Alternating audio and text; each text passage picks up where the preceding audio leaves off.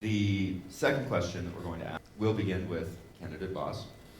What is your stand implementing critical race theory for the Branson Public Schools? Well, we're not implementing it, period. It's not happening, it's not going to happen. We can't allow these definitions to change without us having a say in what they're changing to. Liberal meant something than it does right now. And even fundamental back in the 80s, if you were a fundamentalist compared to now. So it's really about being informed and knowing what is being taught in this curriculum to where there's these, what I call sneaky issues come in. They sneak in because of what? You could call it tolerance. You could call it racism. You could call it lots of things. But until you actually have a conversation, and we're back to the debate, where is the open forum that we can debate some of that in a healthy way? I remember the Reagan years, when everything was debated on TV.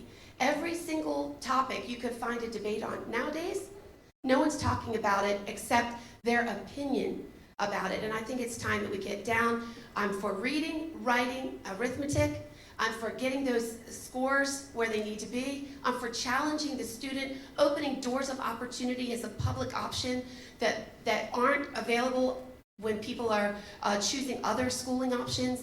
And I believe that the public school option can be the best option. And if that means charter schools come in, I'm for that as well. Listen, some of these charter schools in Texas are flourishing. These teachers have freedom to teach, and their test scores show it. It's not just about one test that you have to pass at the end of the year to say, did my student do well? It means that you have a love of learning as you go through your school career to where when you're at the end of it, 12th grade or whatever, if you go further, that you actually love to learn no matter where you go from there. And that's fundamental. Thank you. Candidate Porter. I mean, she stated it very well of what I would have said, and the answer for me is no. Simply put, the discussion we just had a minute ago is I think it's a responsibility of the Board of Education, along with the partnership of the administration, to make sure a 7-year-old and a 9-year-old. It's a responsibility of the Board of Education, along with the administration, to know and to give visibility to what is being taught in our schools. Anything that comes into our schools that is abhorrent to what we believe as a community should be visually represented to everybody and us given the chance to say yes or no to that. Simply put, a little bit of research on critical race theory would say something that I'll say this.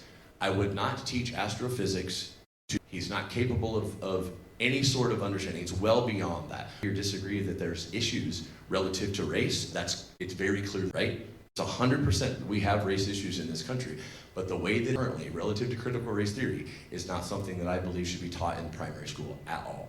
I will say that I think there's opportunity for what we just discussed a minute ago to make sure that the administration is doing their job to make sure that our parents know what is being taught. And that's not relative to just critical race, it's across the board. There's a lot of other issues outside of just critical race theory that parents need a voice in and what their children are being. We have a responsibility as parents as well, right? Thank you. We have a responsibility as parents to do our job too. I can't sit back when homework comes home or a book comes home and then it's my responsibility to speak up. But it's also the board's responsibility holding the administration accountable. I'll say one more thing about that. The board can hold the administration accountable. And then there's the accountability for the individual teachers, right? We've on Facebook or whatever, that the teacher themselves bring a specific bias into the classroom.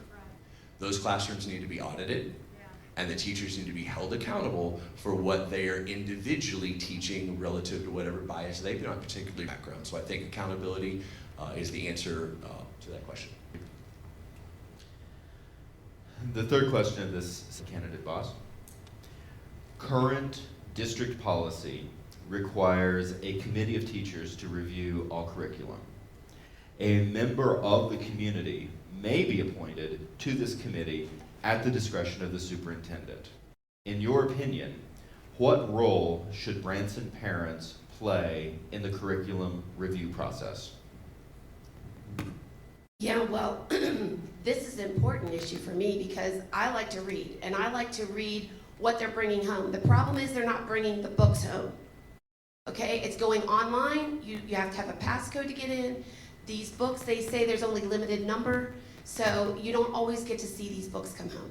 There needs to be, maybe at the spring of the beginning of the year, so like right now, springtime for next school year, should be openness for the parents to come in and read it, look at it, do their research on it, and have ability to comment back on it. Having it so closed and tight, it's saying that you're hiding something from the parents, hiding something, again, these sneaky issues that between pages 100 and 200 because you didn't get that far.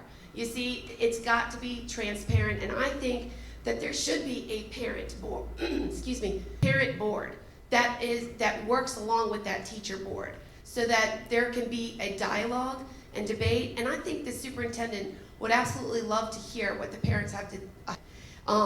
He's very open to it on discussion that there should be a parent side to talking about it. Now, the teachers unions, they're going to tell you that you don't have a say in your curriculum, telling you that you do. You have the right to see what's being taught there, and you can sit in on any classroom, with a visitor's pass that they know you're coming.